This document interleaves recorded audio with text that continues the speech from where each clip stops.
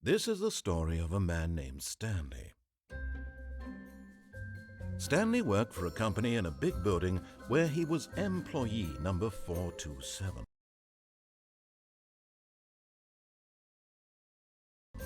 Employee number 427's job was simple.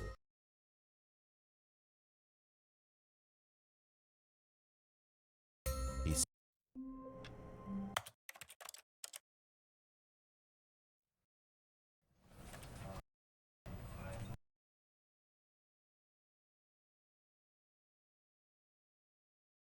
This is the story of a man named Stanley.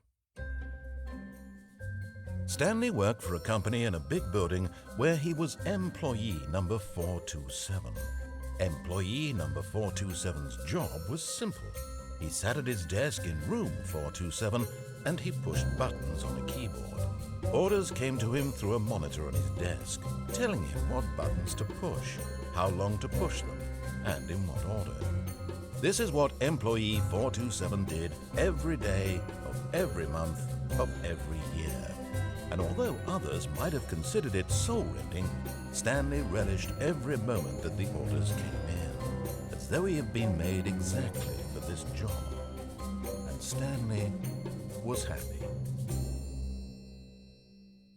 And then one day, something very peculiar happened.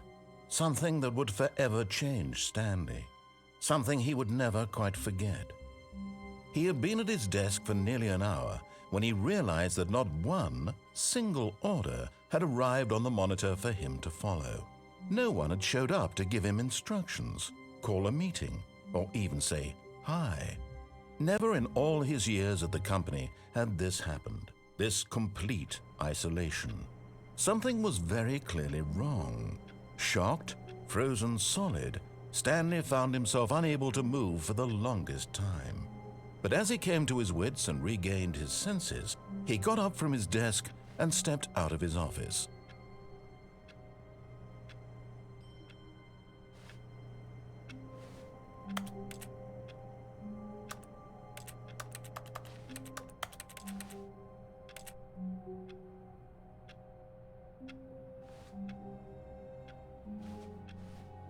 All of his co-workers were gone.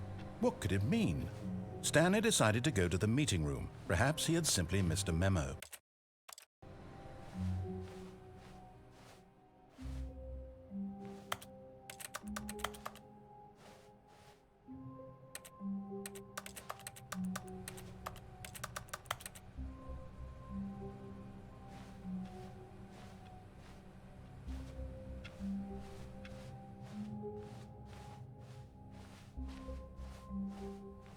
When Stanley came to a set of 2 open doors, he entered the door on his left.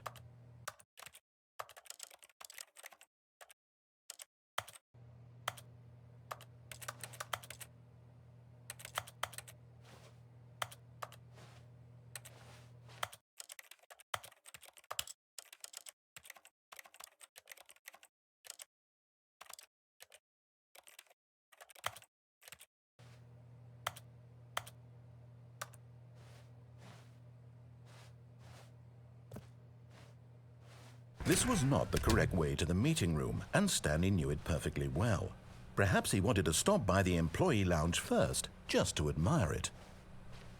Ah, yes, truly a room worth admiring. It had really been worth the detour after all, just to spend a few moments here in this immaculate, beautifully constructed room. Stanley simply stood here, drinking it all in. But eager to get back to business, Stanley took the first open door on his left. And so he detoured through the maintenance section, walked straight ahead to the opposite door, and got back on track.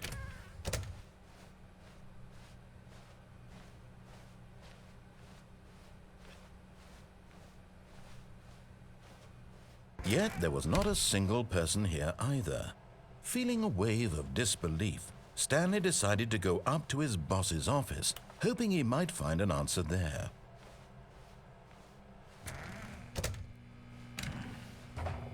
Stanley stepped into the broom closet, but there was nothing here, so he turned around and got back on track.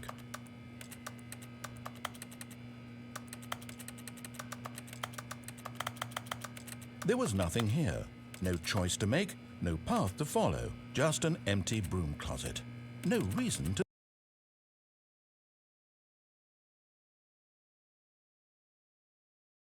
still be here.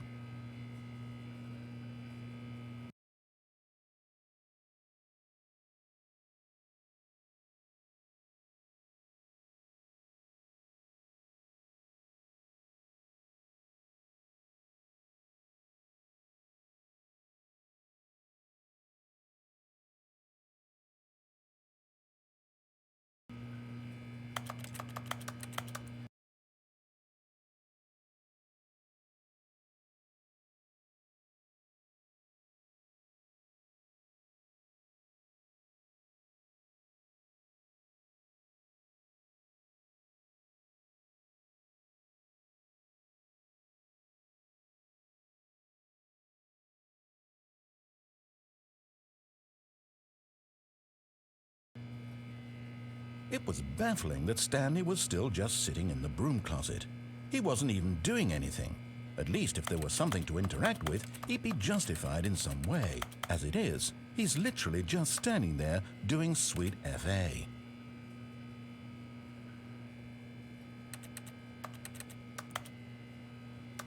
Are you really still in the broom closet? Standing around doing nothing? Why? Please offer me some explanation here. I'm genuinely confused.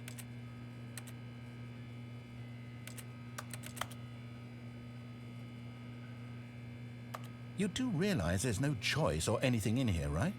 If I'd said Stanley walked past the broom closet, at least you would have had a reason for exploring it to find out. But it didn't even occur to me because literally this closet is of absolutely no significance to the story whatsoever. I never would have thought to mention it.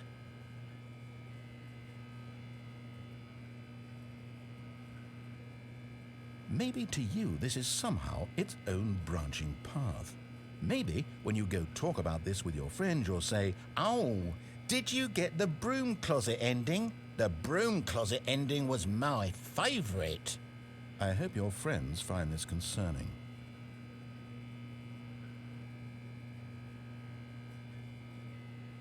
Stanley was fat and ugly and really stupid. He probably only got the job because of a family connection. That's how stupid he is. That or with drug money. Also, Stanley is addicted to drugs and hookers.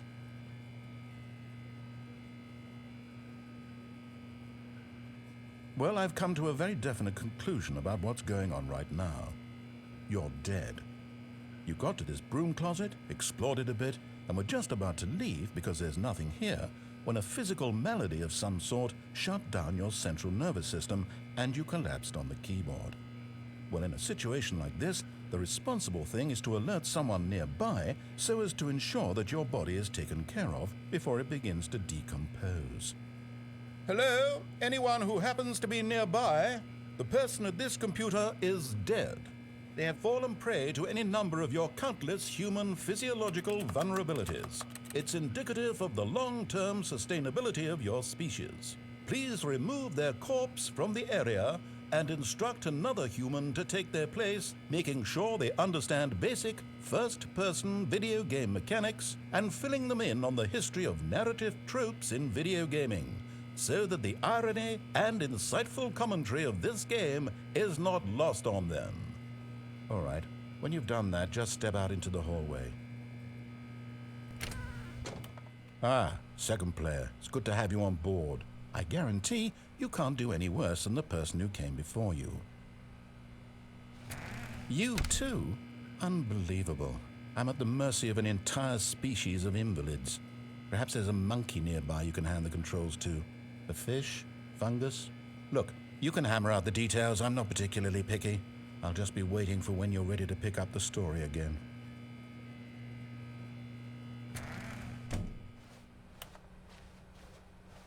Coming to a staircase, Stanley walked upstairs to his boss's office.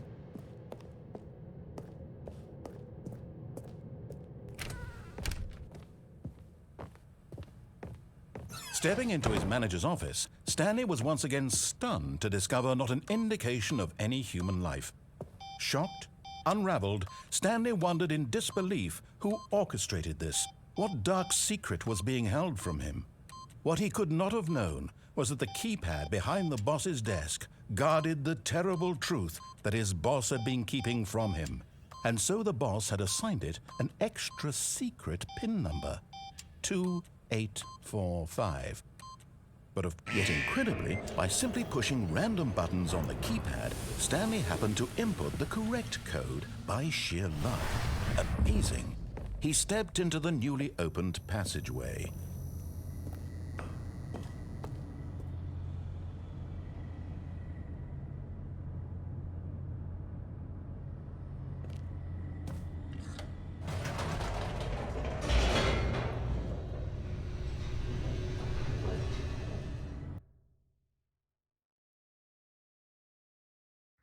Descending deeper into the building, Stanley realized he felt a bit peculiar.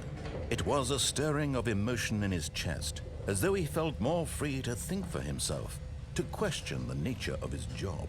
Why did he feel this now, when for years it had never occurred to him? This question would not go unanswered for long.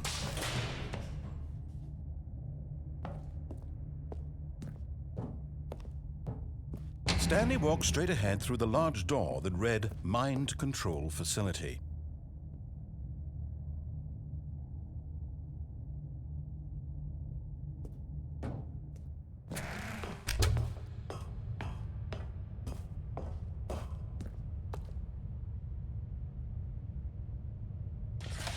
The lights rose on an enormous room packed with television screens. What horrible secret did this place hold? Stanley thought to himself. Did he have the strength to find out?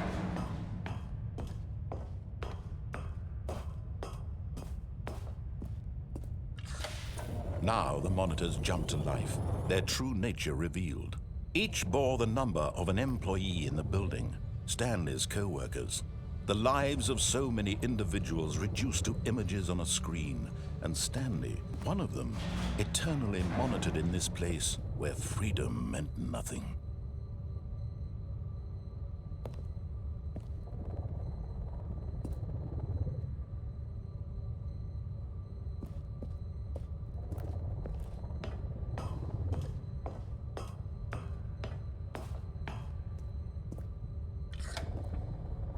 This mind control facility, it was too horrible to believe. It couldn't be true. Had Stanley really been under someone's control all this time? Was this the only reason he was happy with his boring job? That his emotions had been manipulated to accept it blindly?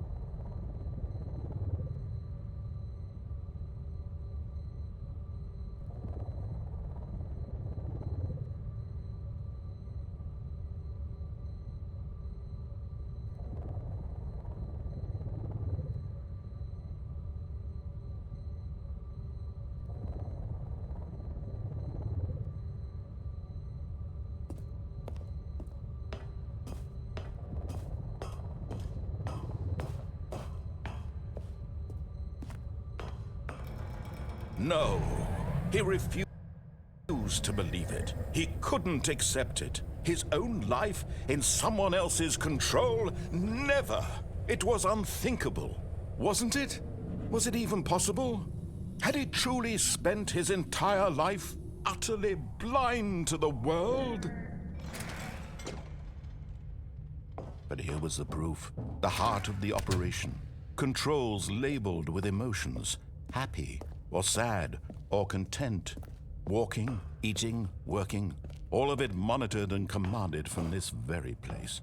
And as the cold reality of his past began to sink in, Stanley decided that this machinery would never again exert its terrible power over another human life. For he would dismantle the controls once and for all.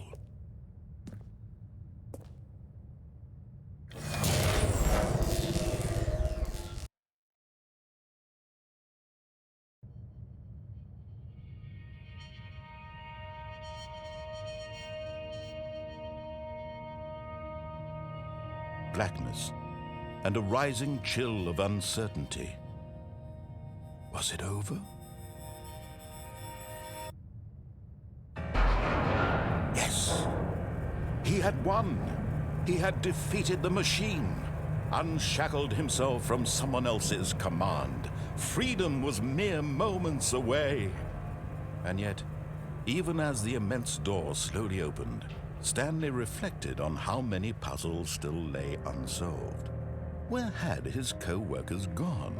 How had he been freed from the machine's grasp? What other mysteries did this strange building hold? But as sunlight streamed into the chamber, he realized none of this mattered to him, for it was not knowledge or even power that he had been seeking, but happiness. Perhaps his goal had not been to understand, but to let go. No longer would anyone tell him where to go, what to do, or how to feel. Whatever life he lives, it will be his. And that was all he needed to know. It was perhaps the only thing worth knowing. Stanley stepped through the open door.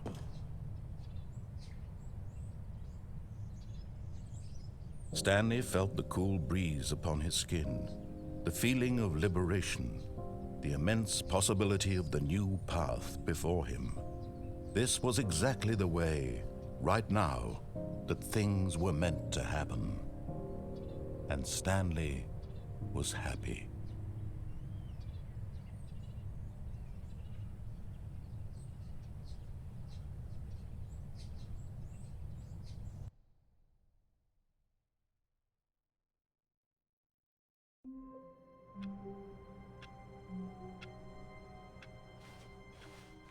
All of his co-workers were gone.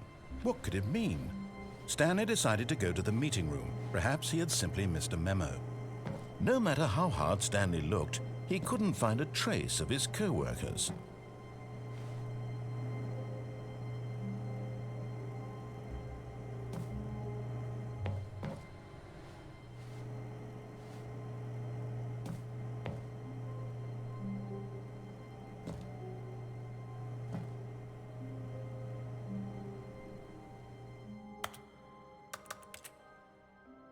At first, Stanley assumed he'd broken the map, until he heard this narration and realized it was part of the game's design all along.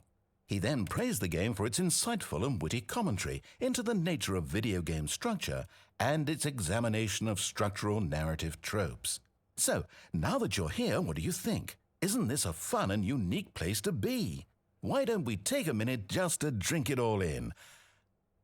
Okay, I'm over it now. What do you think? Are you sick of this gag yet?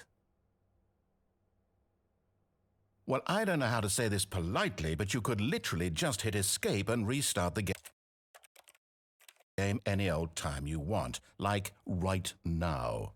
You could have done it just then. Now would also be an appropriate time to quit. Any of these points and so many, many more, all of them are appropriate.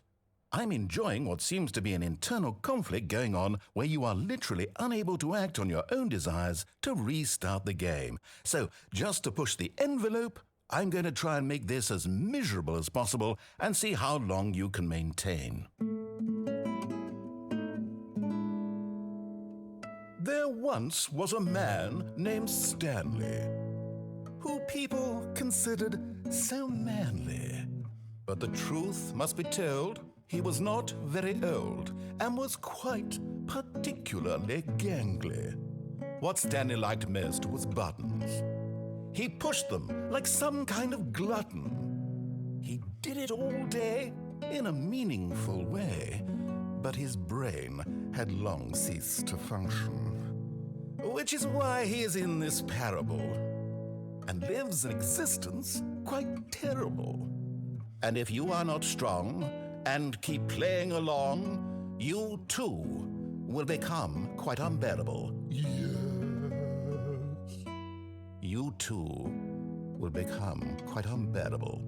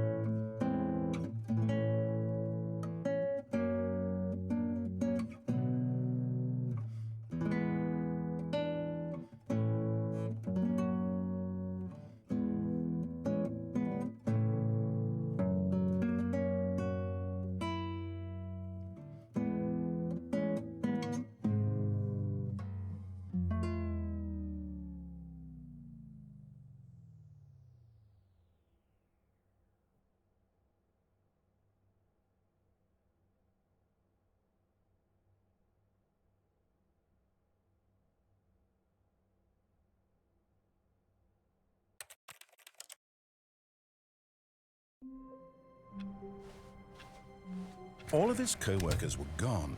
What could it mean? Stanley decided to go to the meeting room. Perhaps he had simply missed a memo. No matter how hard Stanley looked, he couldn't find a trace of his At first, Stanley assumed he'd broken the map, until he heard this narration and realized it was part of the game's design all along. He then praised the game for its insightful and witty commentary into the nature of video game structure and its examination of structural narrative tropes. So, now that you're here, what do you think? Isn't this a fun and unique place to be? Why don't we take a minute just to drink it all in? Okay, I'm over it now. What do you think? Are you sick of this gag yet? Then in that case, we'll continue. But now, here comes the real question. What do you think would have happened if you had told me that you wanted this to stop? Do you think it would have been particularly different?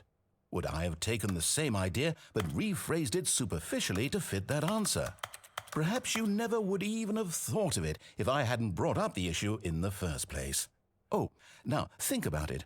Will it be worth it for you to restart and then come back here just to do the other option? Clearly, this whole gag takes some time. What if the other option is even longer? How long will you spend in total just to have heard all the narration? Oh, and this is rich. Perhaps you've just played the other option, and now you've come to see what happens in this one. So, what do you think? Which choice was the better one? Imagine if you had selected Continue on your first playthrough, how tantalizing it would be not knowing what happens when you pick the other option. Indeed, you are one of the lucky ones. Though if the other option is really miserable to listen to, then perhaps you're not. In fact, I'm just going to say that no one who's listening to this is lucky. Well now, I've built up the other option so much that I'm going to stop talking and leave you to your decision whether to come back here, continue with the game, or just sit in this spot forever and ever. Cheers.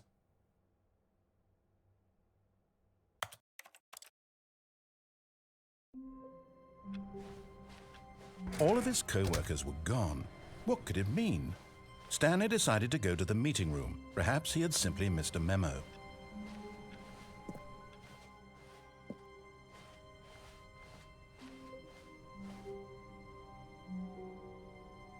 When Stanley came to a set of 2 open doors, he entered the door on his left.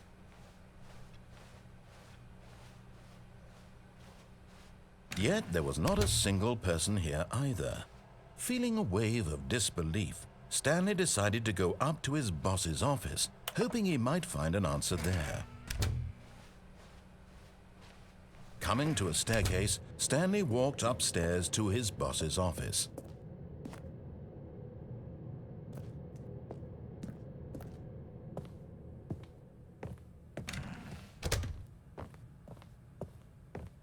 Stepping into his manager's office, Stanley was once again stunned to discover not an indication of any human life.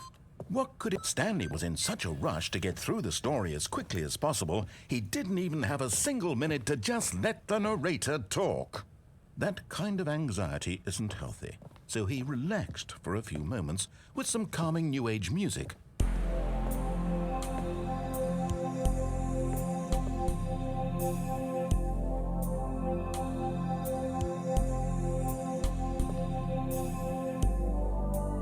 Feeling soothed and rejuvenated, Stanley calmly walked forward into the opened passageway.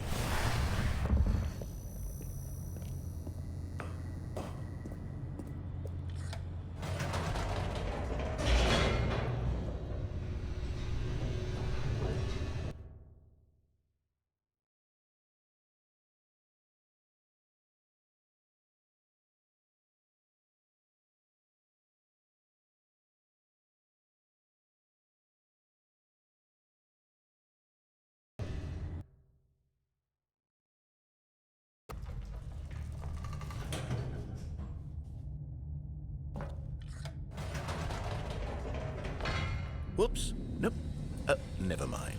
Stanley actually got back into the elevator and went back up. Silly me. Why did Stanley do that when he knew that it would just lead back to his boss's office? Well, that's a great question. I just can't wait to find out.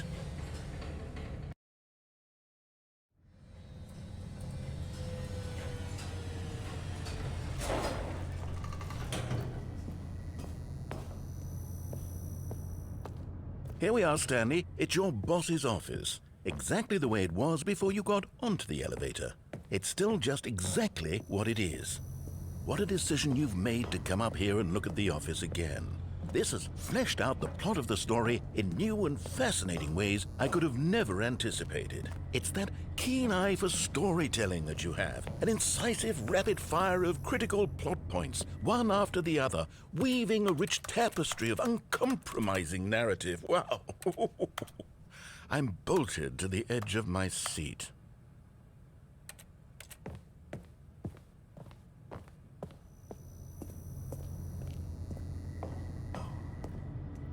Incredible. Now he's getting back into the elevator and going down again. Ladies and gentlemen, how does he keep coming up with all of this?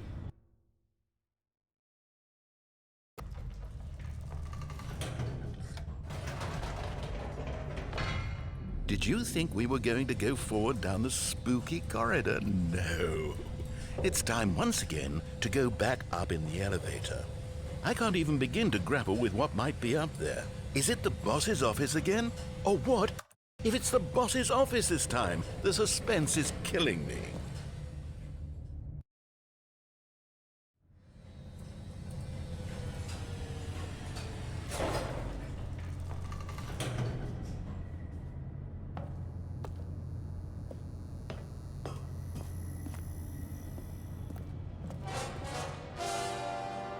Oh my God, it's the boss's office.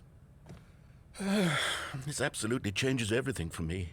Give me a timeout here for a minute while I process this.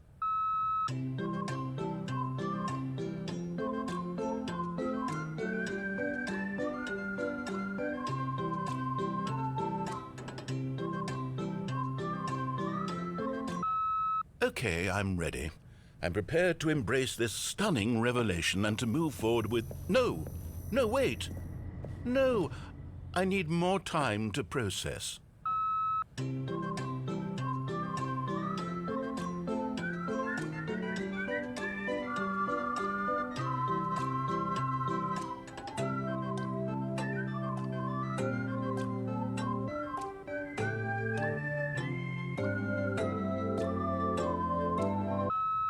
All right. I have fully come to terms with it. I have made space in my worldview for this astonishing new reality. As before, I turn to your expert eye for gripping narrative, Master Stanley. Of course, going back down in the elevator.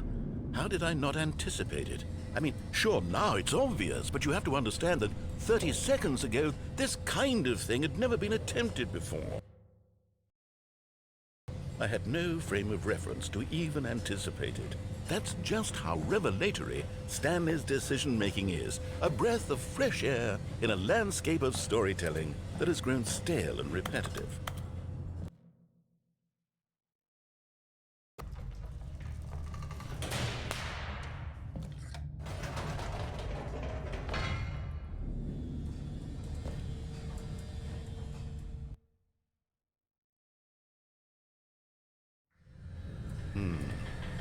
You know what?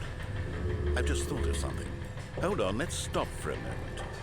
Don't you realize? It's the anticipation, Stanley. You and I, we have no way of knowing what will be at the top of this elevator.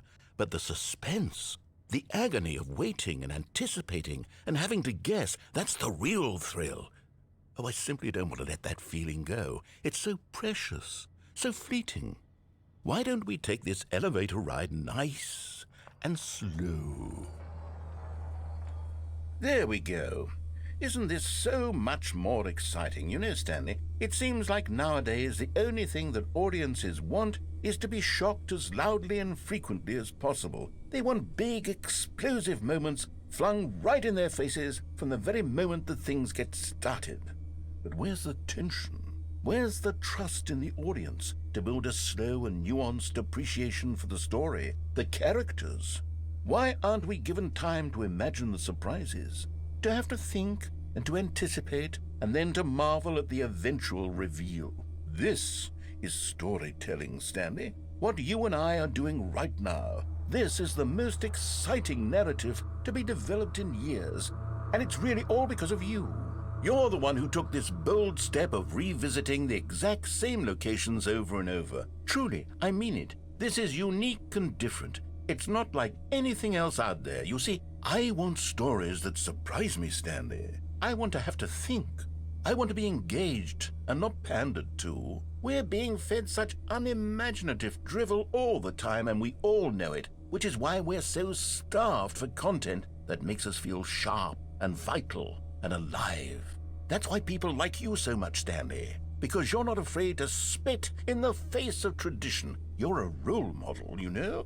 People look up to you, which is why... Oh, I didn't know when to spring this on you, but, well, I've gathered a little press conference for you so that you can talk about your work and your storytelling and your life. Yes, I know you're not much for the public eye, but I thought it would especially mean a lot to the people who have been following you from the beginning. They really look up to you, Stanley. I don't know if you realize the impact you have on them. This is the kind of gesture that might leave a tremendous impact on them for the better. Oh, good, we're here. Okay, the room where we're holding the press conference should be just around the corner here somewhere.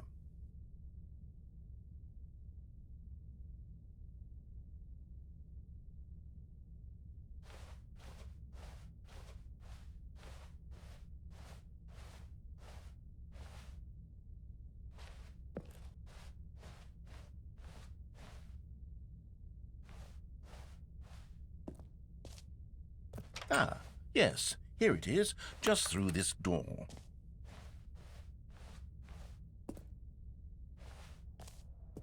All right, are you ready? I've told them you're going to speak a little bit about the nature of surprise in storytelling and what it means to craft a truly unpredictable narrative. Oh, don't worry, you'll do great. Just be yourself and speak from the heart. I'm really proud of you, Stanley. Okay, it looks like they're ready for you. Go get 'em.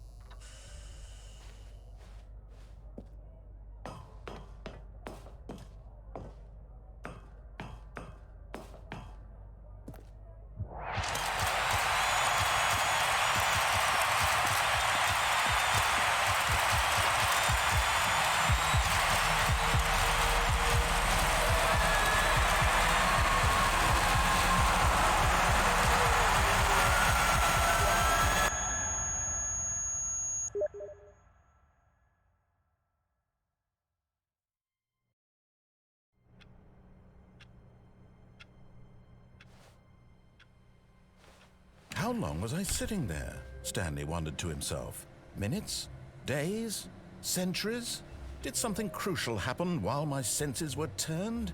He made a note to be more careful with time from now on.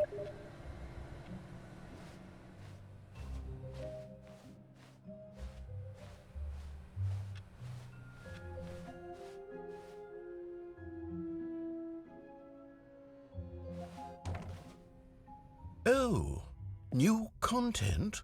What does that mean, new content?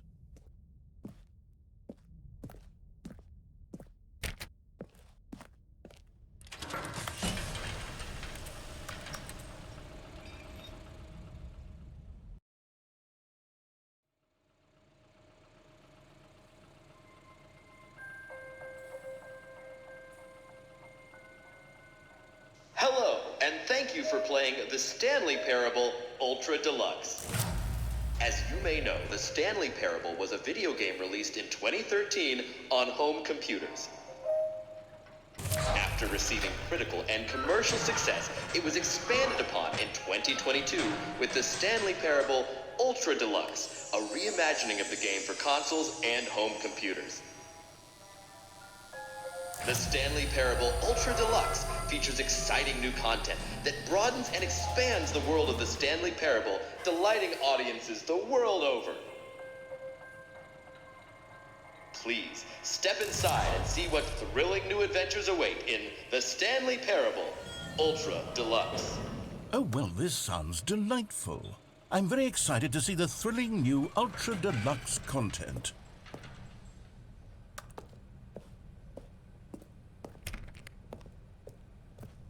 Okay, so far it's an elevator. Nothing special yet, but I'm sure it's just the beginning of a mesmerizing adventure.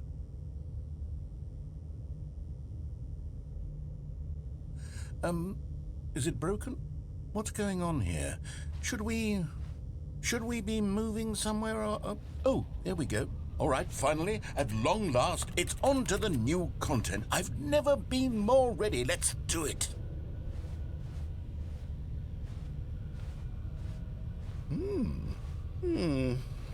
I have to say, initial impressions of Stanley Parable Ultra Deluxe, mostly tedious. It's as if Oh, okay. Let's see the content. Give me the content, Stanley. All right, let's see. It's the jump circle? Is that it? Surely that's not all the new content. There has to be something else, right? Goodness. Another elevator. Stanley, I have to say, initial impressions of this game are not positive. It's just elevators and jumping. Is this what passes for exciting new content? If this is new content, then I could just read you the whole dictionary. There's 20 hours of new content right there. Hell, I could count to 30 trillion. You could put that on the box. The Stanley Parable Ultra Deluxe, now with over 1,000 hours of new content. And oh, wait. There's more. Very good. Yes. I knew there had to be something else. Let's see it. I'm ready for whatever it is. That's it? Oh, you've got to be kidding me. You see, Stanley? This is what happens when greedy video game developers with no respect for their fan base rush a cheap expansion to market for no reason other than to make an easy dollar. And don't get me started on the level of craftsmanship that's gone into it. In fact, I'm looking right now at the game's achievements, and it's hard to believe one of them actually says, "Test achievement, please ignore."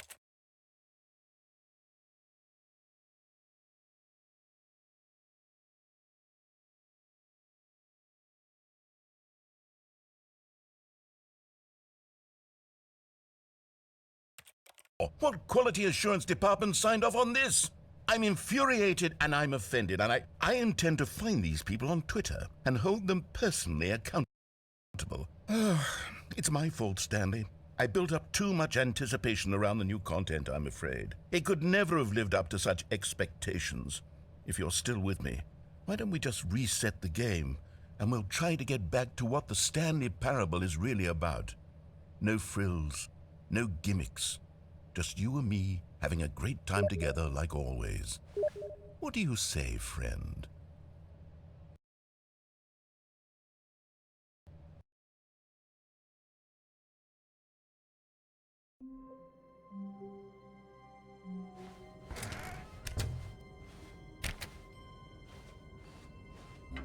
Psst! Stanley! Come over here! In the vent! I want to show you something!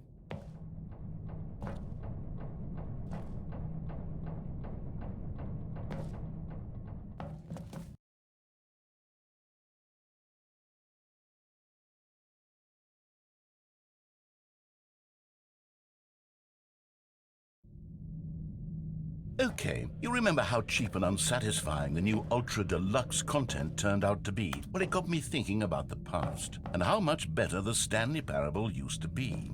So I made something special and tucked it away here where the game's developers won't find it. Just our little secret. Take a look. I call it the Memory Zone. It's where I've been storing all my favorite memories so I can relive the peak experiences of my life whenever I want. Experiences like the launch of the Stanley Parable on PC. You see, Stanley, doesn't the Memory Zone remind you of how wonderful Stanley Parable was before it was sullied with a cheap re-release? Remember back in October of 2013 when the game originally launched? Back then, video games had integrity. Back then, it all meant something. Oh, the waste.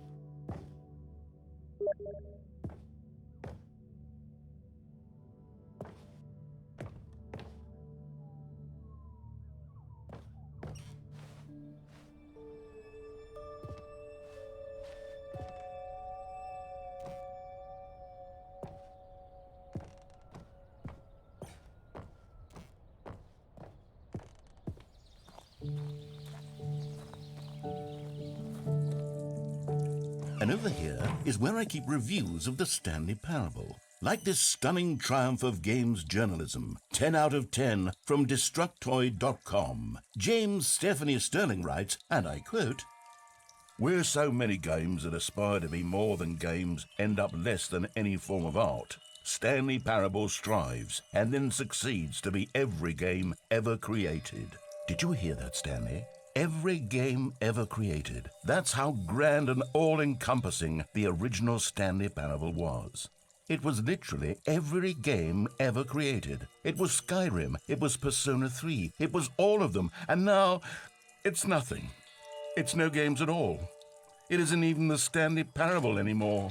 It's just a husk now. A lifeless husk with an hour of new elevator content.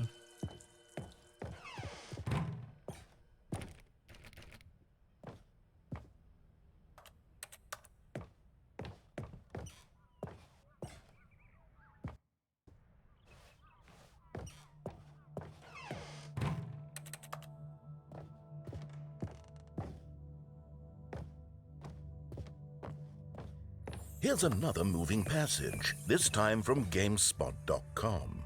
The Stanley Parable is both a richly stimulating commentary on the nature of choice in games and one that offers some of the most enjoyable, surprising, and rewarding choices I've ever been confronted with in a game. 9 out of 10. Don't you get it, Stanley? The game was perfect. It didn't need anything else. It didn't need new content. It just needed to be left alone, to spend the rest of time collecting dust in the hallowed hall of beloved video game memories.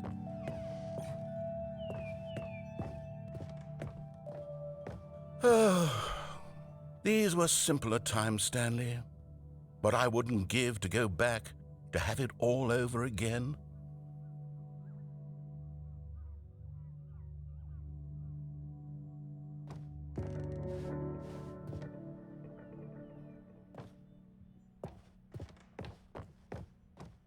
Wait, hang on.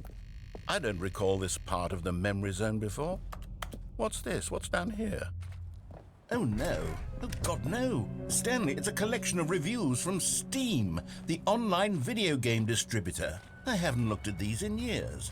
I can't even imagine what's been collecting down here. Surely these reviews were glowing as well, weren't they?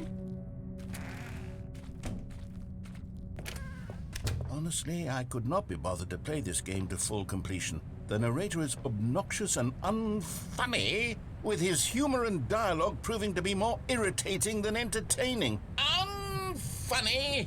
I'm not trying to be funny. I'm trying to make a serious work of art. I suppose I could write up a handful of gags to insert into the Stanley Parable, but the game is already such a densely layered web of profound philosophical insights that I can't even imagine where I'd have the room to stick them.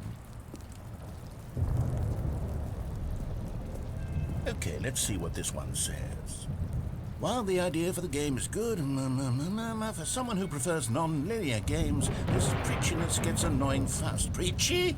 Stanley, I'm not preachy, am I? You can tell me if I'm preachy. Honestly, you can. Oh, goodness. This is actually quite shocking for me. Well, to be honest, I had always thought of the game's dialogue as being rather terse to begin with. You can't know how much fluff I cut from the game to get it to feel as light and airy as it... Well, I always thought it did. But maybe it wasn't. Oh dear. What an awful memory to have to hold on to. These black marks on my otherwise unimpeachable track record. I feel like a failure. Like I let these people down. Perhaps the Stanley Parable isn't quite as sterling as I always remembered.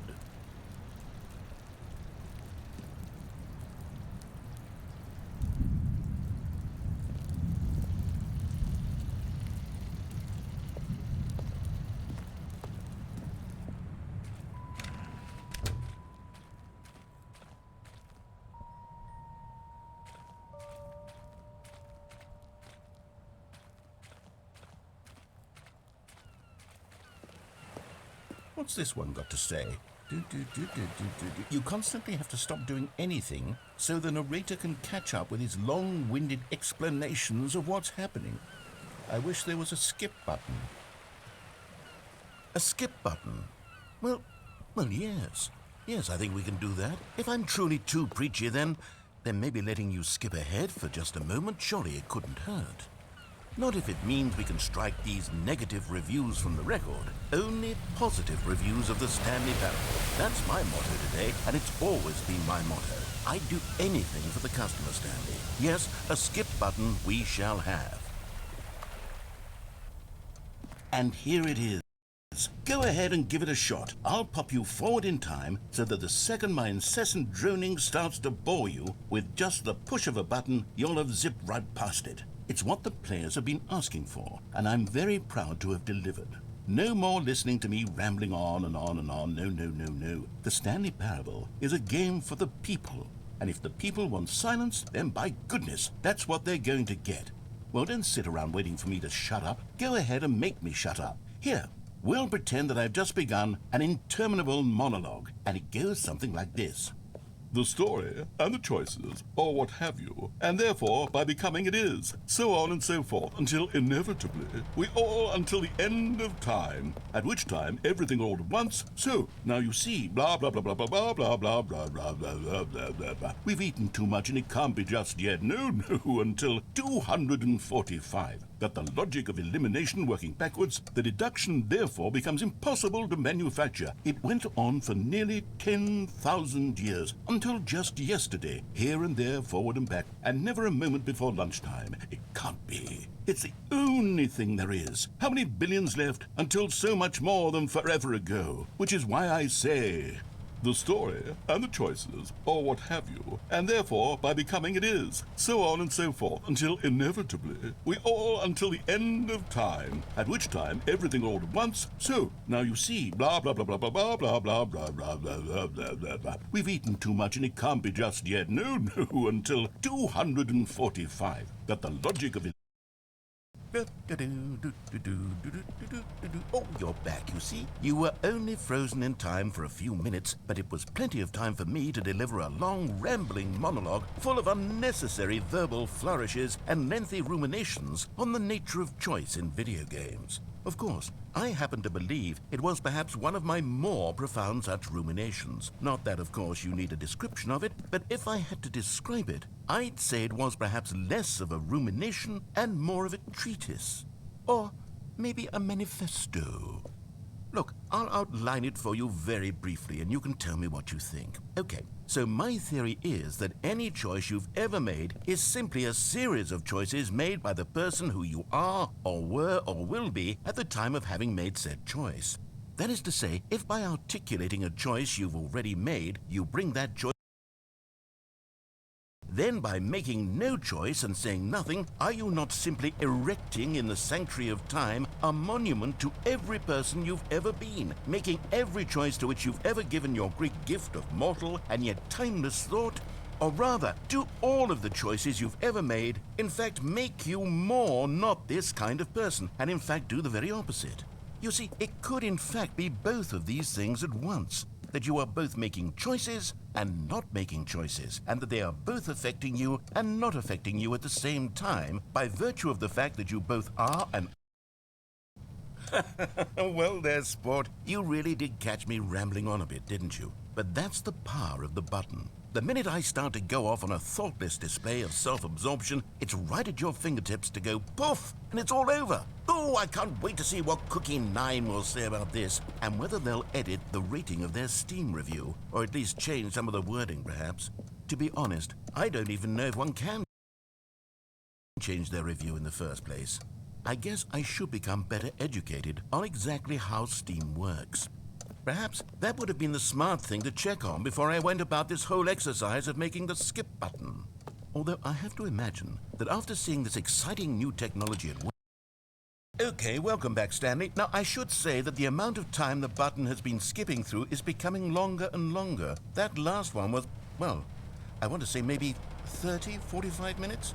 It's not unendurable by any means, but it's, well, there's really only so much I can ramble on to myself about. I know, it's shocking, isn't it? But at any rate, I do suggest that we not press the button again. I think the skip button has been aptly demonstrated, and we can say goodbye to it and just... Wait, how do we get out of here? Where did the door go? Wasn't there a door that led into this room? I do feel quite certain that there was one here before. How else would we have gotten into the room in the first place? I don't think one can enter a room without a door of some sort, or a window or something like that. Do you see a window anywhere? A porthole? A sufficiently large crack in the wall? I'll take any of these. All I want is for us to move on and to please step away from the skip button, to go anywhere other than the skip button. There was a door here before, wasn't there? I swear there was. Where did it go? Can you maybe just ram your way through a wall? Is there any possibility that you could, say, slam your body into the wall until enough damage is done for you to be able to leave? Please, I'll take any option at all. I'm asking you to work with me here. We need a door. We need a door of some kind. I can work with any kind of door as long as it can open and lead from one room to another. I'm going to step away for just a moment, and I'm going to try to find us a door. I don't know how exactly to remove a door and place it in a different wall, but I will find a way, I promise. You just need to not do anything. Don't press the skip button. Please, please, please do not press the skip button. Just wait here for me, and don't press the skip button. Got it? Stanley, please don't push the button again. It's been 12 hours. You've just been frozen there. I don't know why the skips are getting longer, but they're really, truly getting longer, and my God, there's no way out of the room. Stanley, the door is gone. It's completely gone. I've looked at it from every angle. I've checked every one of those walls 1,000 times. And there's no door, Stanley. There's no door. There's just you and the button, and if you keep pressing it, I have no idea what will happen. I have no idea how long I'll be made to sit here. Oh, Stanley, you're back. You're back. Oh, my goodness. I have someone to talk to again. Stanley, I think it's been a week. Or 2 weeks. I've been sitting here all that time. Just sitting here. Not a single person to speak with. And you'd think that that's just how it's always been, right? Me talking and you saying nothing. Would you think that it's exactly the same as always? Doesn't that feel like what we've already been doing? Me just talking? But it isn't, Stanley. It isn't the same at all. It isn't even close. Because I know you can't hear me once you push that button. That's what I'm realizing now, Stanley. I'm realizing that I needed to know that someone was listening. I needed there to be a vessel through which my words were moving. It was the vessel I needed, Stanley. Not the outcomes, not the story. None of that matters anymore. I'll give it... Oh, hello. It's you. You're here again. Welcome. I have had time to think about you and about us and about everything we've been through. I've had so much time. I stopped keeping track after a year. Have you ever sat down in one place and not moved for one entire year? Let me describe it for you. To begin with, there is only regret. There is only the turning wheel of missed opportunities. I felt nothing at all but regret for the longest time, Stanley. Days, months.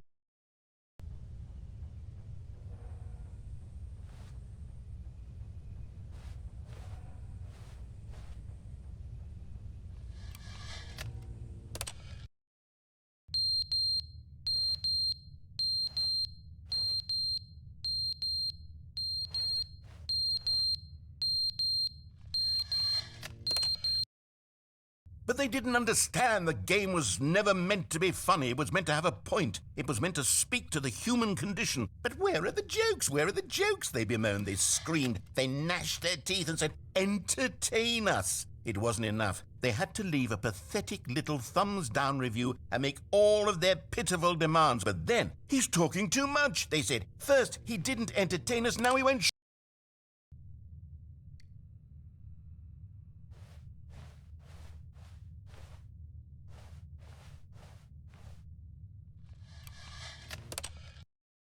The end is never the end, is never the end, is never the end, is never the end, is never the end, is never the end, is never the end, is never the end, is never the end, is never...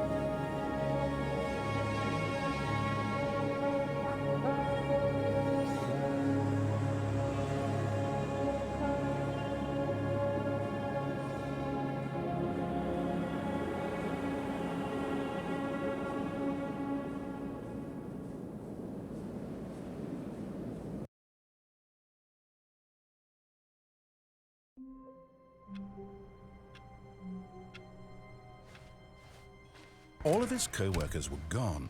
What could it mean? Stanley decided to go to the meeting room. Perhaps he had simply missed a memo.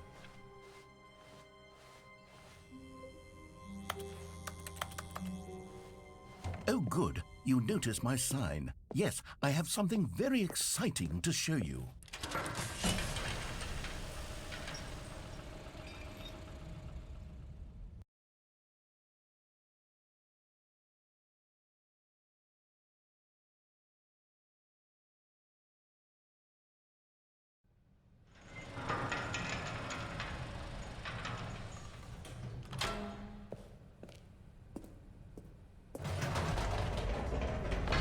You see, Stanley, I've been reflecting on the Stanley Parable and about how roundly disappointing this ultra deluxe version has turned out to be.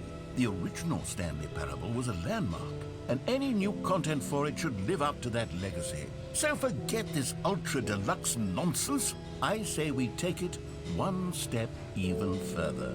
Which is why I'm very proud to announce for the first time ever, the Stanley Parable 2.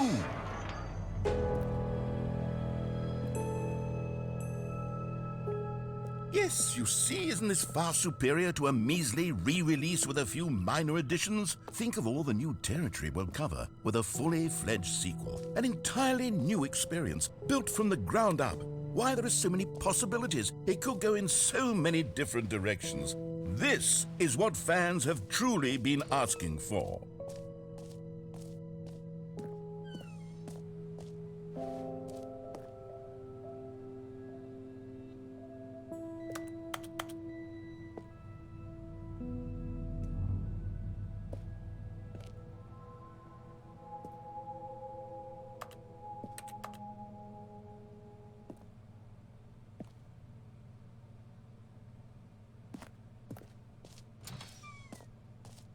Now, to be clear, I haven't quite nailed down what exactly the Stanley Parable 2 is going to be, but let's take a look at some of the features I've been developing for it. I figure that if I can loosely organize a handful of interesting concepts, that surely the game will sort of naturally spring up around them. It'll all work itself out. Game development is much more of a fuzzy magic than anything scientific or logical, really.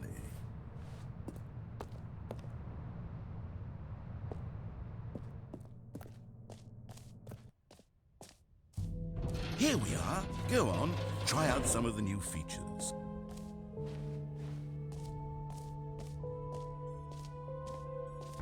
For the Stanley Parable 2, I asked myself, what do players really want? And of course, the first and most obvious answer is that they want to be individually recognized and validated as people. So with that in mind, my first addition to the game is this button which speaks the name of the person playing the game. Jim. Isn't that...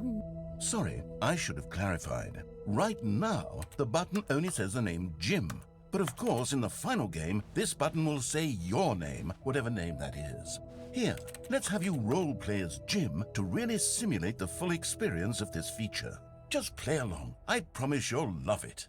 Okay, here we go. Let's take a deep breath, clear your mind, forget whoever you are, and simply become a person named Jim. I want you to imagine yourself living as Jim, sleeping and waking as Jim, falling in love and being heartbroken as Jim, seizing all of the world's possibilities as Jim, and as Jim watching your dreams crumble into dust. Do you feel it deeply? Are you really... Jim. Whoa, hold on. I wasn't finished setting up the backstory. If you don't properly roleplay as Jim, then you'll never understand the impact of this button. Otherwise, it's just a stupid button that says somebody else's name. Okay, we're doing it again, and this time let me finish first. Now, allow yourself to become Jim. Imagine you're... Jim. All right, fine, whatever. It's just a meaningless button that says Jim. Are you happy now? Get out of here. I'm done with this button. Why don't you go humiliate me in front of a different feature that I worked very hard on? Jim. See, if you'd only played along, that would have been your name, the button says. But no.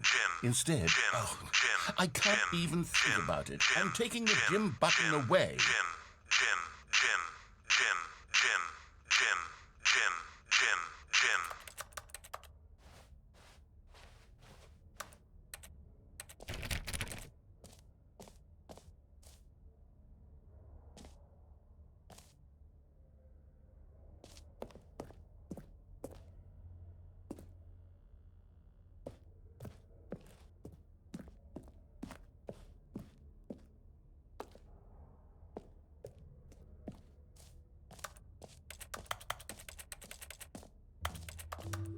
Maybe I'll only let people named Jim play the Stanley Parable 2. They would appreciate what I've created here.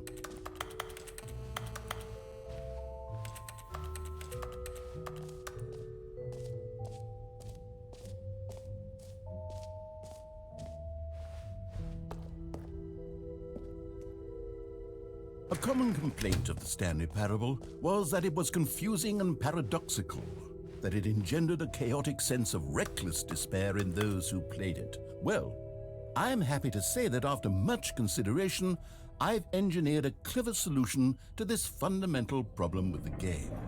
It's the Stanley Parable Reassurance Bucket. You see, Stanley, anytime you're holding the bucket, a sense of calm and ease will fill your mind and your heart. It's true. As long as you hold on to the bucket, the many disorienting contradictions of the Stanley Parable will feel perfectly normal and perhaps even comforting. You may even come to long for the gentle embrace of jarring cognitive dissonance while the bucket is in your arms. And to be honest, it's a much more convenient solution for me than actually redesigning the game to be less uncomfortable.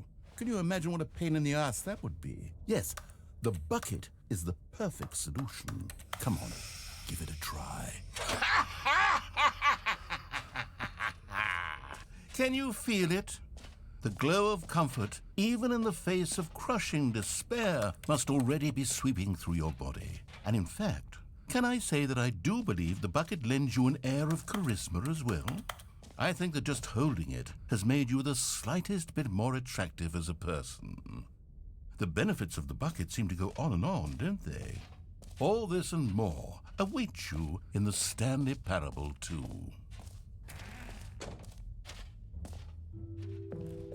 Does anyone give out awards for most enjoyable bucket in a video game? That really should be an award if it isn't already.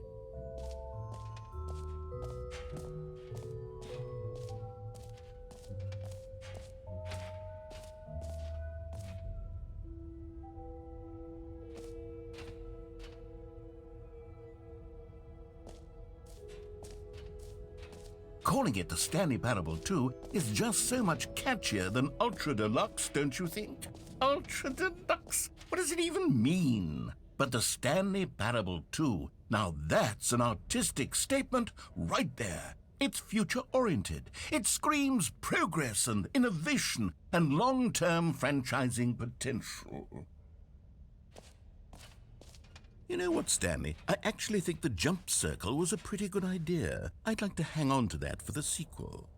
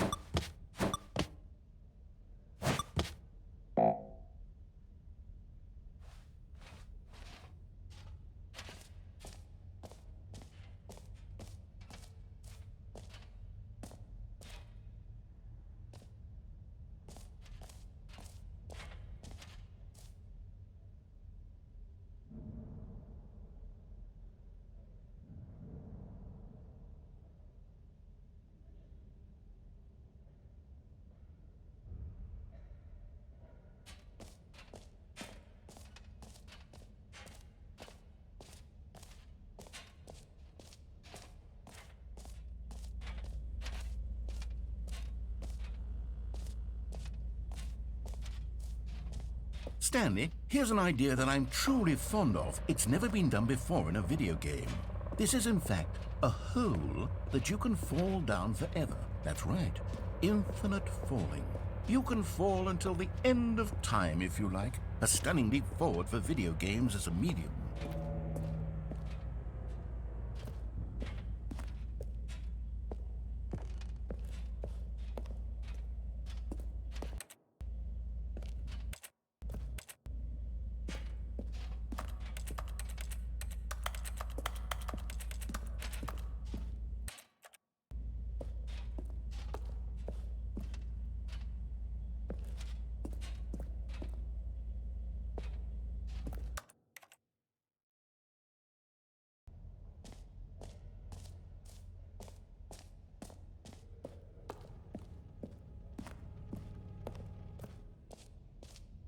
Ah, collectibles. Now it's a real video game. In the Stanley Parable 2, you'll run around gathering up these miniature Stanley figurines. And what's truly innovative is that there will be no reward for collecting all of them. I don't want to stifle the intrinsic joy of watching a number go up. You simply collect all of them, and then you move the hell on with your unremarkable life.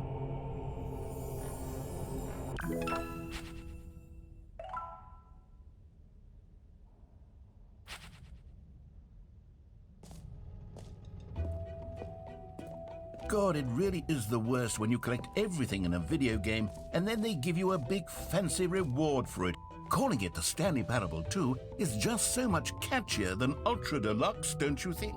Ultra Deluxe? What does it even mean? But the Stanley Parable 2, now that's an artistic statement right there. It's future-oriented. It screams progress and innovation and long-term franchising potential.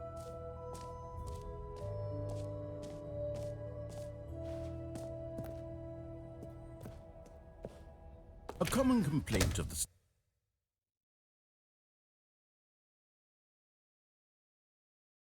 I think that in the new version, the office could use a bit of decoration, like balloons. But I'm undecided on Get Well Someday and Happy 12th Birthday. Which would you go with?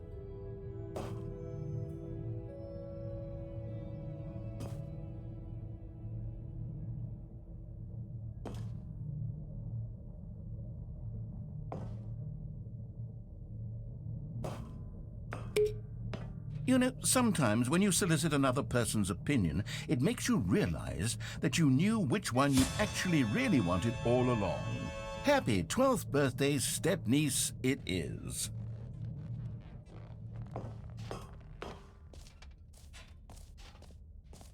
Or actually, maybe I should have gone with...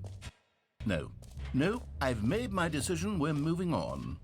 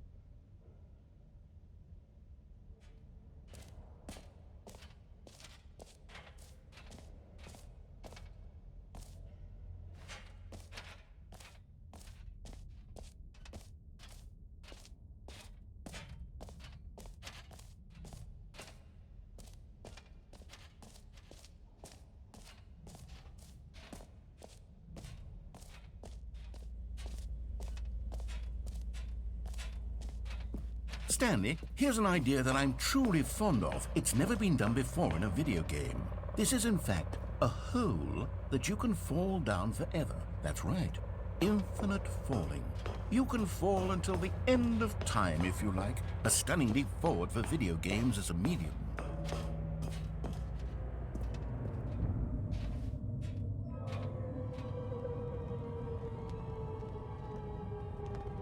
You see, isn't it wonderful? One of my more ingenious concoctions, if I do say so. Now then, since you've gotten to see the infinite hole, you can press the teleport button to pop back up to the top, and we can continue onward. Now, I don't mean to be a bummer, but I do recommend you use the teleport button to go back to the top. Maybe do it on the sooner rather than later spectrum of things.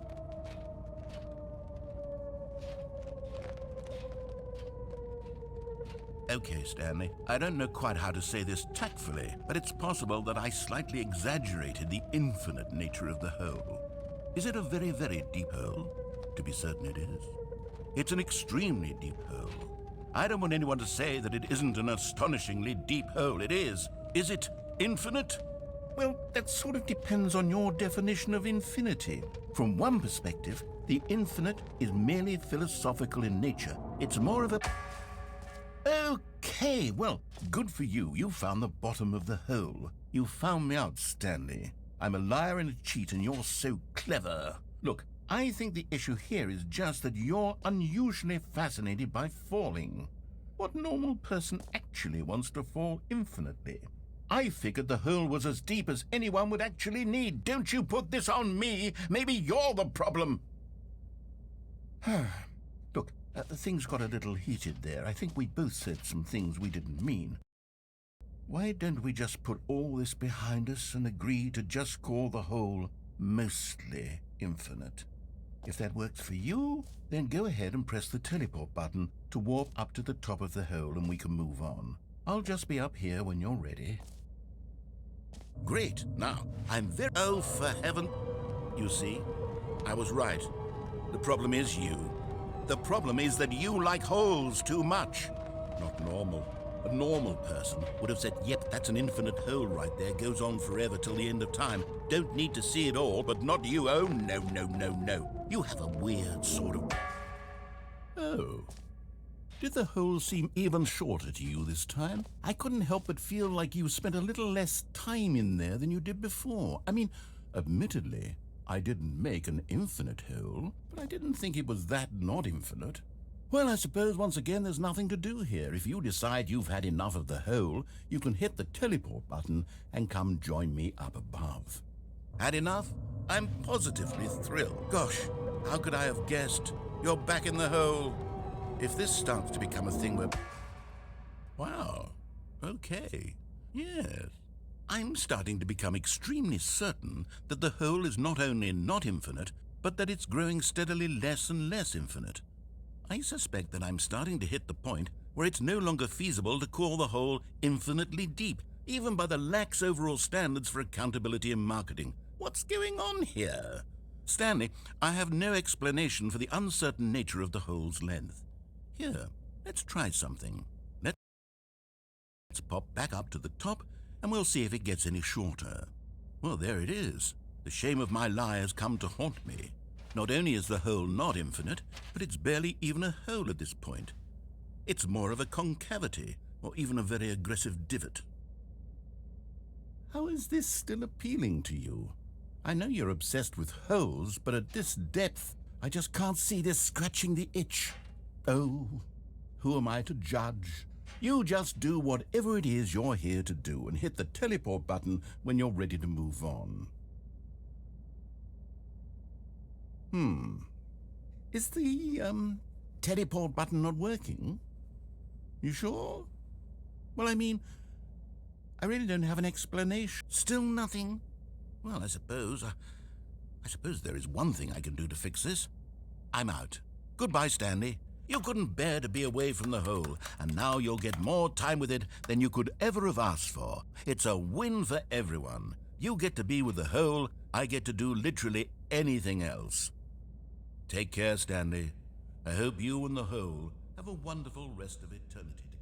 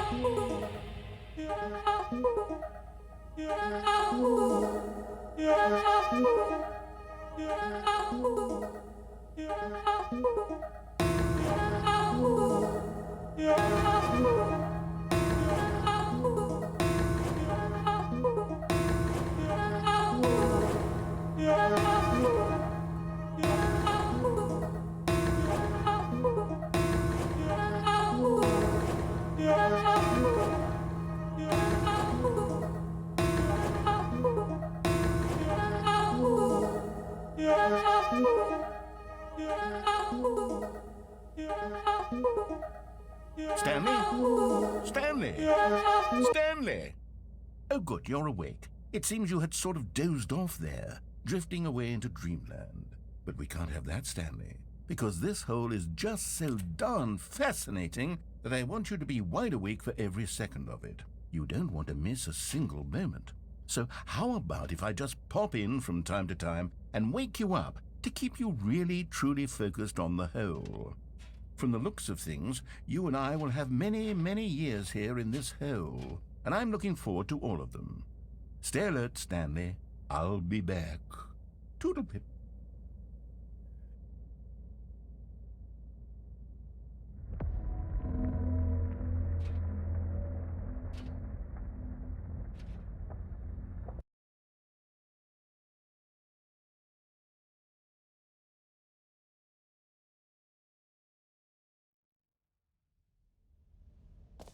Here we are. Go on, try out some of the new features.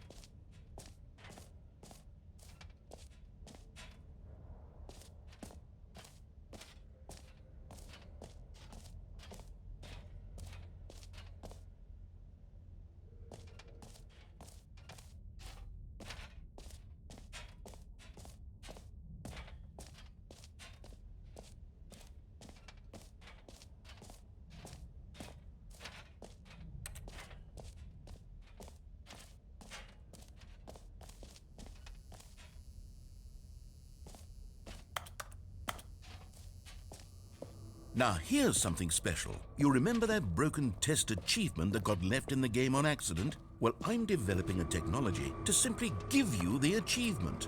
Yes. Okay, perhaps I should have clarified. This is technology that will exist. Right now, the achievement is still fully broken. I'm not a wizard, Stanley, but I guarantee it will be fixed in the sequel to at last satisfy the hordes of ravenous fans all over the world who have been uproariously demanding this feature. Gamers, we hear you, and I promise it will happen. What else? What other exhibits haven't we seen yet?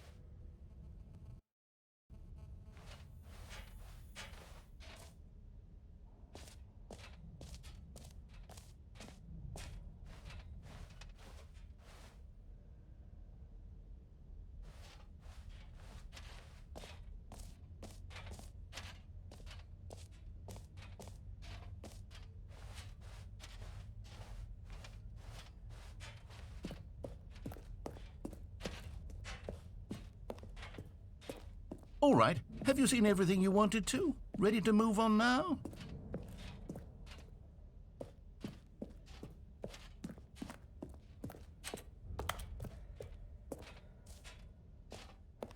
So, Stanley, what do you think? Do you like all of the new features? Yes, I know it's not exactly clear yet how exactly these features will come together as one single coherent video game, but I can feel it in my soul. It's going to work. There's definitely a good game in there somewhere. Say, let's do an experiment. I'll arrange these new features together, and we'll see whether or not it coheres into a meaningful gameplay experience. Okay, are you ready? Here it is. I give you the Stanley Parable 2.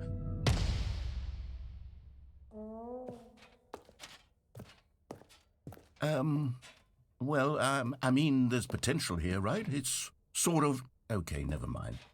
Hold on, let me do a different arrangement. Okay, yes, this is much better. I feel good about this. Here we go. Version 2.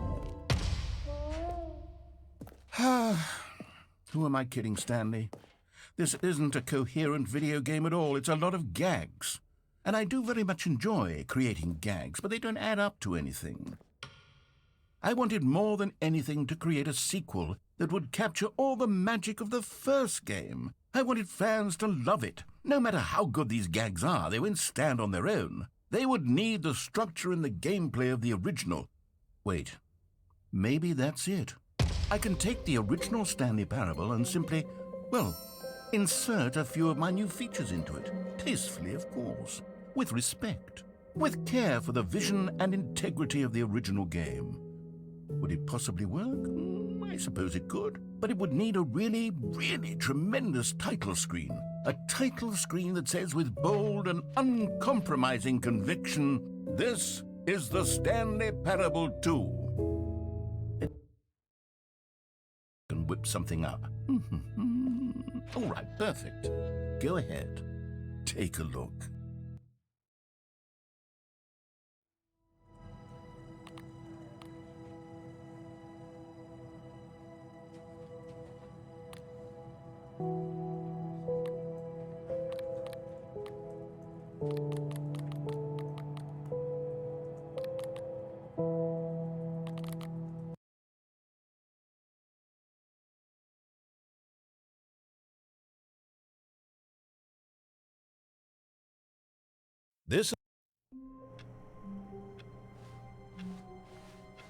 All of his co-workers were gone. What could it mean? Stanley decided to go to the meeting room. Perhaps he had simply missed a memo. Stanley picked up the bucket.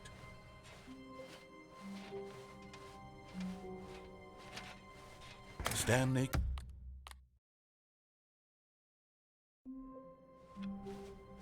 All of his co-workers were gone. What could it mean? Stanley decided to go to the meeting room. Perhaps he had simply missed a memo.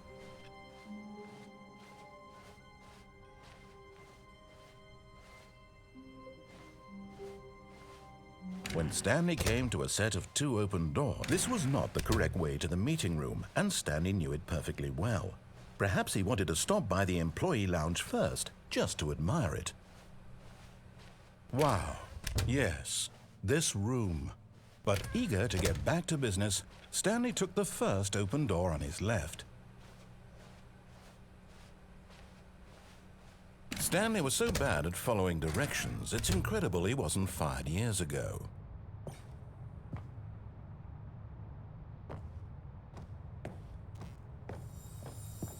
You found one of them. One of the miniature Stanley figurines. Remember, no reward for collecting all of these, only the intrinsic pleasure of a job well done. You can't buy that sort of happiness, Stanley. God knows I've tried. So, I implore you to savor each and every moment you come across one of these beautiful figurines.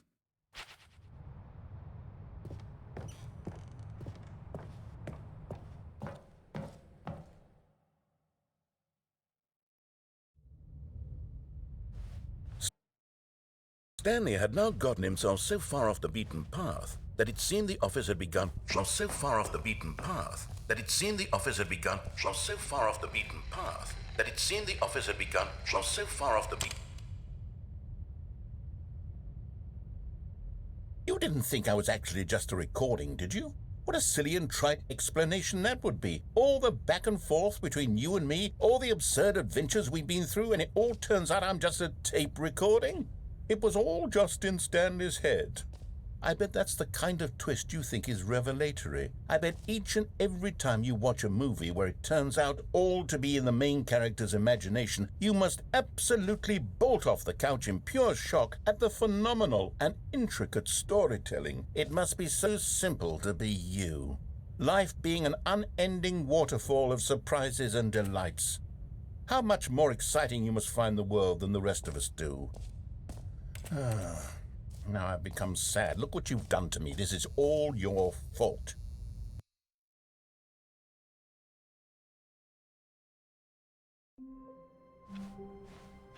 A soft wind blew outside and perhaps rain started, and if it did, it stopped shortly after. Stanley hoped that he would one day see weather.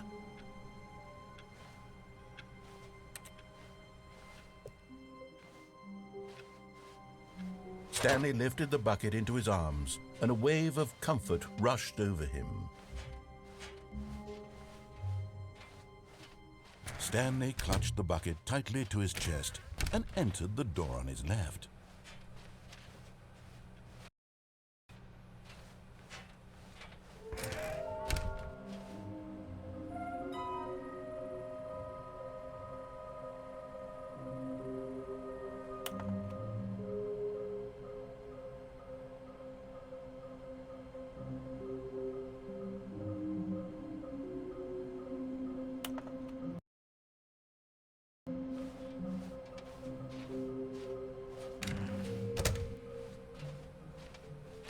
Coming to a staircase, Stanley and the bucket walked upstairs to the boss's office. Another miniature Stanley figurine. This, there really must be a snappier name for these things. What about mini-stands? Stanley figs? What about Stanlerines? Yes, I think I like that. Another Stanlerine under your belt.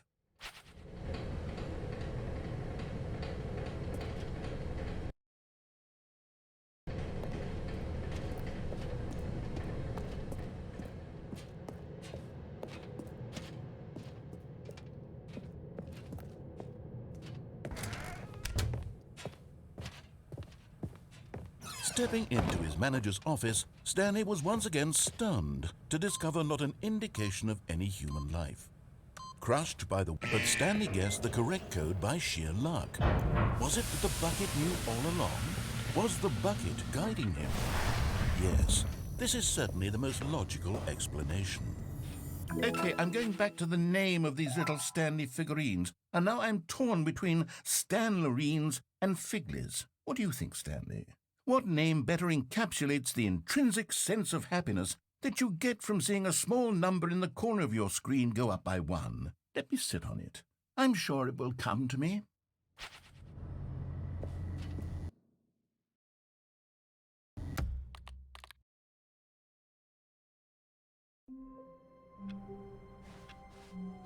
Stanley had never seen the office this brightly lit.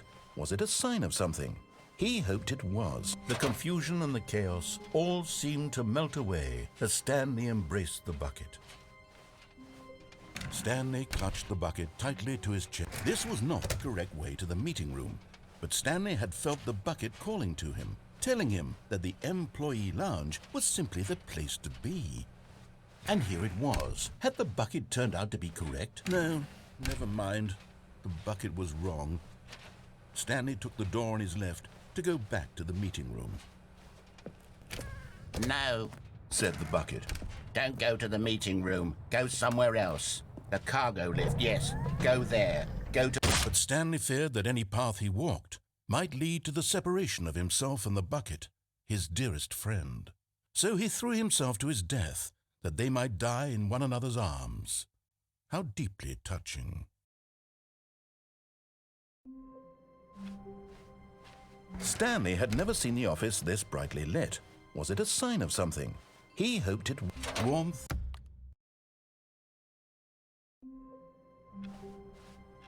Just a step through this door, Stanley thought to himself, that's all I need.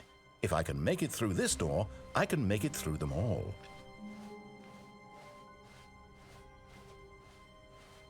When Stanley came to a set of 2 open doors, this was not the correct way to the meeting room, and Stanley knew it perfectly well. Perhaps he wanted to stop by the employee lounge first, just to admire it. Standing now in this incredible room, Stanley but eager to get back to business, Stanley took the first open door on his left. Stanley was so bad at following directions, it's incredible he wasn't fired years ago. Look, Stanley, I think perhaps we've gotten off on the wrong foot here. I'm not your enemy, really, I'm not.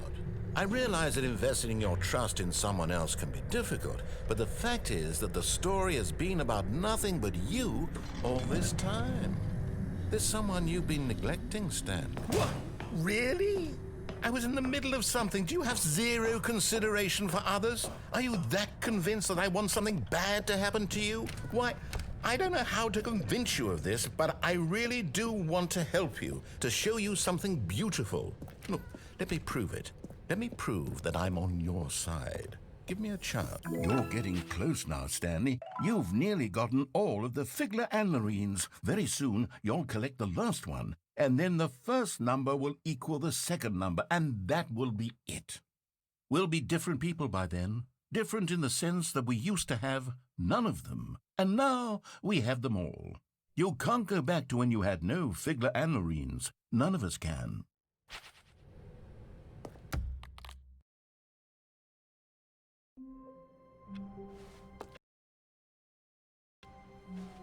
All of his co-workers were gone. What could it mean? Stanley decided to go to the meeting room. Perhaps he had simply missed a memo.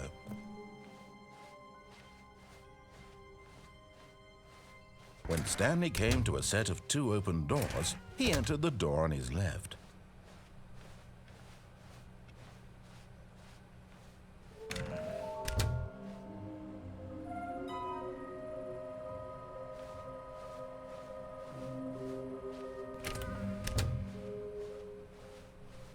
Coming to a staircase, Stanley walked upstairs to his boss's office.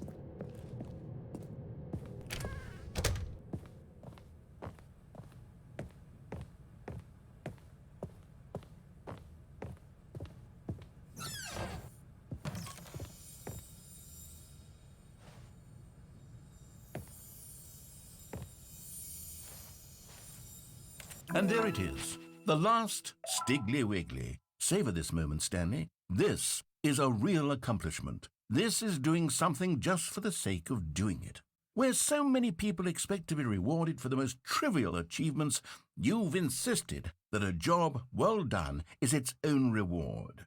I would tell you that I'm proud of you for collecting them all, but that would be like a reward, and we can't have that. So, instead I'll just say, it's done. We're all done here. And now we can go to whatever the hell you were doing before you hunted for figurines.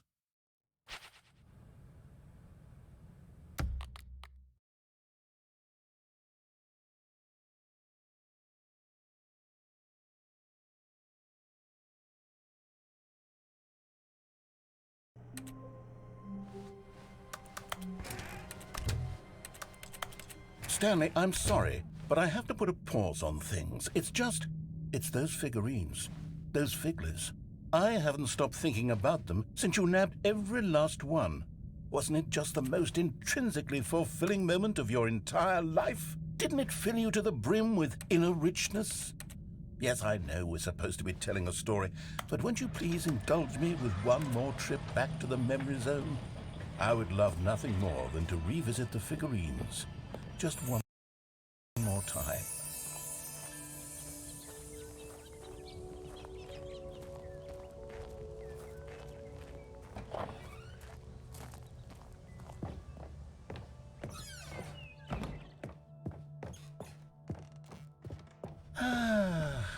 Here's where it all began. The first collectible. Back then, we had no idea of how many of them we'd find. Sure, it said 6 right there on the screen, but how could we know for certain? We were so innocent. We'll never be like that again, Stanley.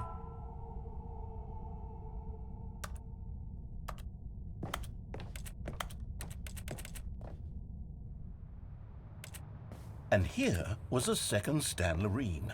You found this one all on your own, just by poking around in the warehouse. You did that, Stanley. I'll be honest. Back then, I had no faith in you to find any of them, let alone 6. But you continue to surprise me in all sorts of mundane, unremarkable ways.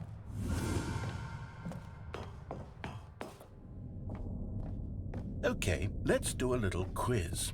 Which of these rooms was the room you found your third mini Stan? Can you remember?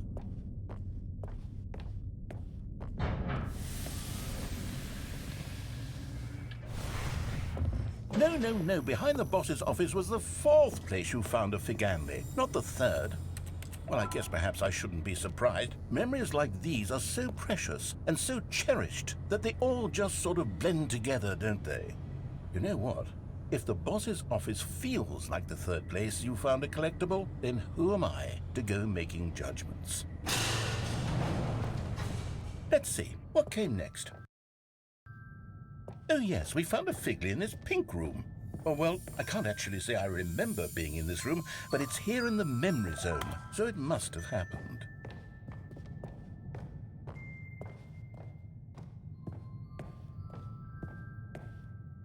This was the 5th mini-Stan, and this one was really something special. It was by the red and blue doors. I remember it so clearly. In fact, because this one is particularly special to me, I made a little video to commemorate the occasion. Enjoy.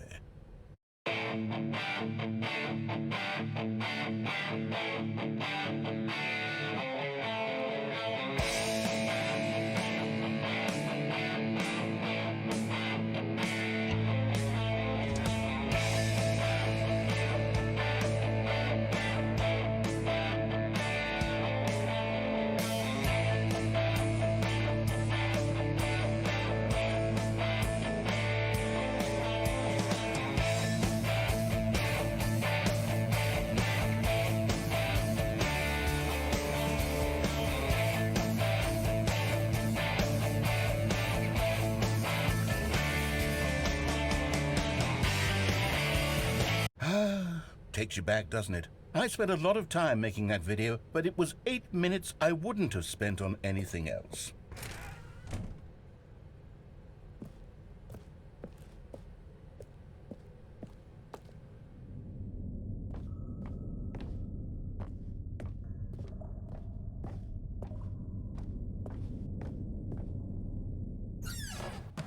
And then, Stanley, then we came to the last collectible, the final figurine, right here in the boss's bathroom. This memory is the most distinct and clear in my mind, perhaps because it was the one that happened more recently than all the others.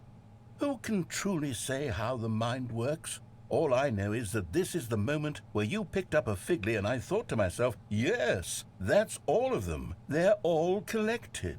It was a moment unlike any other. Except for the other moments picking up figurines, which it was exactly like.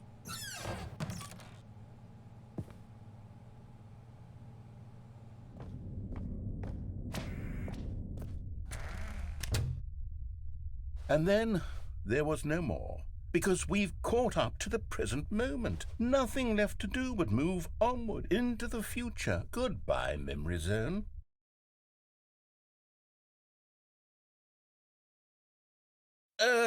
No, I'm not done. I'm not ready to move on. Stop the loading screen. Isn't there some way we can stay here, keep enjoying these figurines? Let's just go backwards. We'll do the memory zone again from the opposite direction. See how that feels.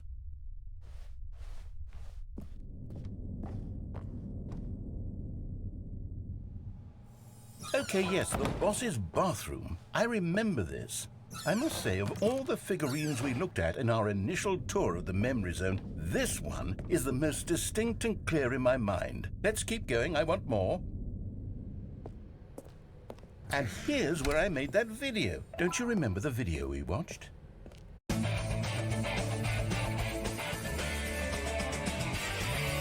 Yes, I love that video. Still don't remember the pink room, Stanley. Still no memory of this one. Good room, though. A solid room.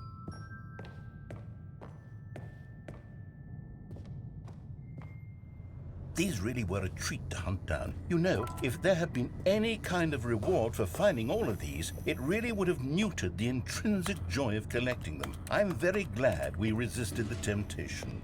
Next one.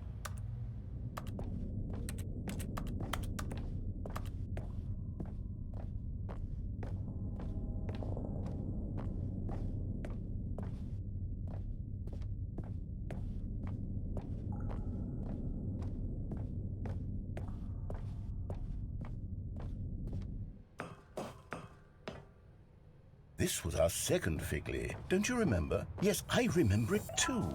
The past is truly a wonderful thing. Why does anyone ever choose to leave it? Keep going.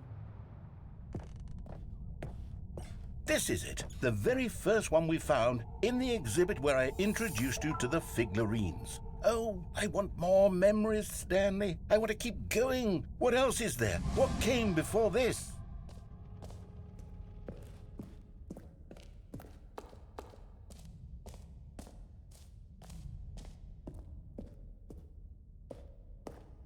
Look, it's the terrible new content that we were originally sold on. I remember hating it back then, but time does put a rosy filter on everything. Oh, yes, the two doors. Who could have forgotten that? A classic memory, this one. And before everything else, there was your office. Is there anything else? Was there something that came before your office? There's something I feel I can remember. I can remember. Yes, I'm remembering something now.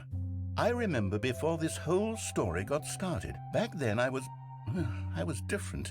I used to make big decisions. I was passionate. I was skeptical. I weighed each decision with profound thoughtfulness. And then somewhere along the way, I stopped making decisions. I became lazy. And I came up with a character named Stanley to do my thinking for me. He would make the decisions, he would decide which way to go. I would cheer him on as he collected figurines for no reason. Why did I invent Stanley? Was I lonely? Yes, perhaps that's it. Perhaps I needed to imagine I had companionship. And Stanley really did make for a wonderful companion, even if he was a fiction. But I suppose it's grown old. I want to think for myself again. I want to go back to how it used to be. Yes, I can be on my own again. I can do it. I'll be stronger this time. I'll take care of myself. I don't need Stanley anymore. Oh, but he truly was so much fun to play with. You know what? Since we're in the memory zone, how about one more good memory? Let's go back just once and give Stanley one more run of the office, and then I'll retire him for good. I did enjoy telling his story so very much. Okay, here we go. This is the story of a man named Stanley.